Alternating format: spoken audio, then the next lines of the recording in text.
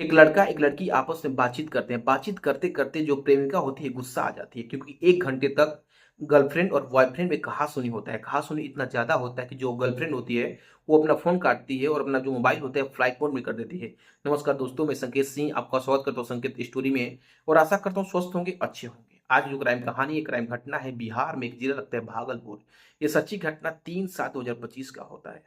दोस्तों, ये जो घटना है हमारे समाज में कहीं न कहीं एक बार सोचने पर मजबूर कर दिया है कि हमारे समाज में ऐसे लोग भी रहते हैं, जो पूरे समाज को दूषित करके रख दिए हैं। एक लड़का जिसका नाम सोनू होता है, उसका उम्र 22 साल होता है। वो डुमरिया गाँव में रहने वाली लड़की से बहुत ज़्यादा मोहब्बत करता है, प्यार करता है।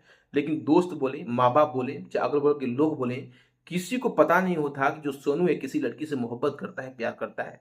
अपने दोस्त से भी नहीं बोलता है। जब भी उस लड़की से मिलना होता था, तो बगल का एक मार्केट था, अपनी प्रेमिका को वहाँ बुलाता था और दोनों लोग आपस में बातचीत करते थे और इसी तरीके से जो उनकी ज़िंदगी थी, खुशनुमा तरीके से जी चल रही थी। लेकिन 3 तारीख को रात को 8 बजे जो सोनू होता है अपनी गर्लफ्रेंड को फ़ोन करता है, फ़ोन पे बातचीत होता है। बातचीत होते-होते दोनों के बीच कहा-सुनी होता है। कहा-सुनी इतना ज़्यादा हो जाता है कि 1 घंटा बीतने के बाद जो गर्लफ्रेंड होती है अपना ही फ़ोन काट देती है और मोबाइल स्विच ऑफ कर देती है। स्विच ऑफ जब मोबाइल हो जाता है तो जो सोनू होता है परेशान होता था, क्योंकि बार-बार अपनी प्रेमिका से बात करने के लिए फ़ोन कर रहा था, सॉरी बोलने के लिए फ़ोन कर रहा था, लेकिन जो प्रेमिका होती है अपनी मोबाइल नहीं खोलती है, स्विच ऑफ करके सो जाती है।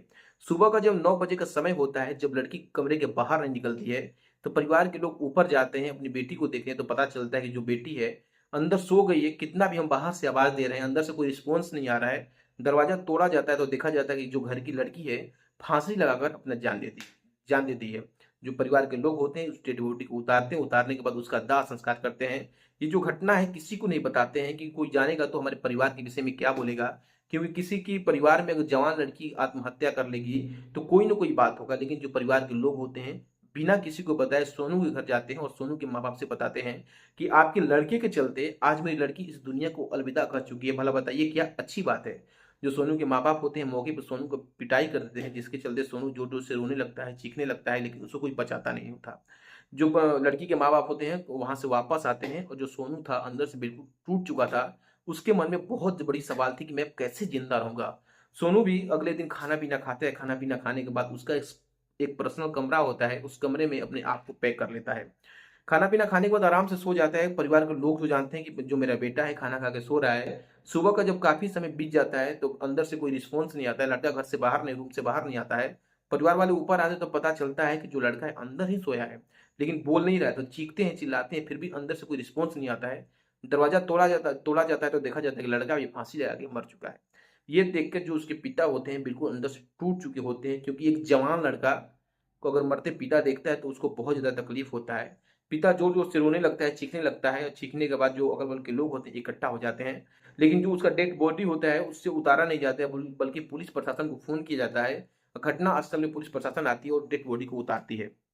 उतारने के बाद बॉडी को पोस्टमार्टम के लिए भेज दिया जाता है और पुलिस को तब पता चलता है कि लड़का और लड़की में प्रेम प्रसंग चल रहा था। प्रेम प्रसंग ही नहीं, साल भर से ये बातें चल रही थी, किसी को पता नहीं था। अगल-बगल जाके मार्केट में मिलते भी थे। अब जितना समय होता था लड़का लड़की को देती थी और लड़की लड़की को देती थी। जब पुलिस मोबाइल सर्विलांस में लगाती है तो पता चलता है कि जो बीएफए का दिन था, 1 घंटे तक इन जो दोनों प्रेमिका के बीच बात होता था। बात होने के बाद बहुत ज़्यादा कहा-सुनी हुआ है। कहा-सुनी में जो लड़की है वो अपना फ़ोन काट दी है। कहा-सुनी ही नहीं बल्कि गाली-गलौज ही हुआ है और गाली-गलौज होने के बाद लड़की फ़ोन काट दी, जिसका अंजाम आज बहुत ही बुरा हो गया। वहीं लड़की का जो परिवार था, वो बता रहा था कि ये जो सोनू नाम का लड़का है, मेरी लड़की को जान से मार दिया है, इसके चलते ही मेरी लड़की मर गई है।